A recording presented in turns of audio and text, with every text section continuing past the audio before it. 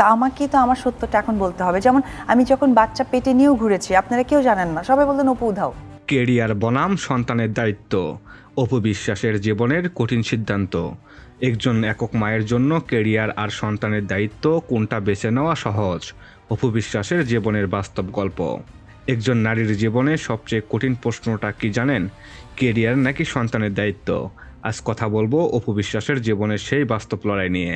ডিভোর্সের পর অপু বিশ্বাস শুধু একজন অভিনেত্রী নন, তিনি একজন একক মা। একদিকে ক্যামেরা, শুটিং, কাজের চাপ, আর অন্যদিকে সন্তানের ভবিষ্যৎ, সময় আর যত্ন। সমাজ তখন প্রশ্ন তোলে, মা হয়ে এত কাজ কেন? আবার কাজ কমালে বলে কেরিয়ার নষ্ট করছে কেন? এই প্রশ্নগুলোর উত্তর দেওয়া একজন মায়ের জন্য কতটা কঠিন তা খুব কম মানুষই বোঝে। অপু বিশ্বাসের সামনে প্রতিদিনই ছিল সিদ্ধান্ত, আজ শুটিং না সন্তানের স্কুল, আজ কেরিয়ার না মায়ের দায়িত্ব। একজন বাবা কাজ করলে বলা হয় দায়িত্ববান, কিন্তু একজন মা কাজ করলে তাকে বলা হয় অবহেলাকারী। এটাই সমাজের দ্বিচারিতা। তবু একজন মা দুই দিক থেকেই সামলানোর চেষ্টা করে, নীরবে, অভিযোগ ছাড়াই। কেরিয়ার আর সন্তান এই দুটো একে অপরের শত্রু নয়। অপু বিশ্বাসের গল্প আমাদের শেখায় একজন নারী চাইলে মা হয়ে নিজের স্বপ্ন বাঁচিয়ে রাখতে পারে।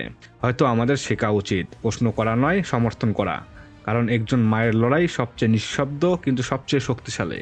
দর্শক, এই নিয়ে আপনাদের মূল্যবান মতামতটুকু কমেন্ট বক্সে কমেন্ট করতে ভুলবেন না।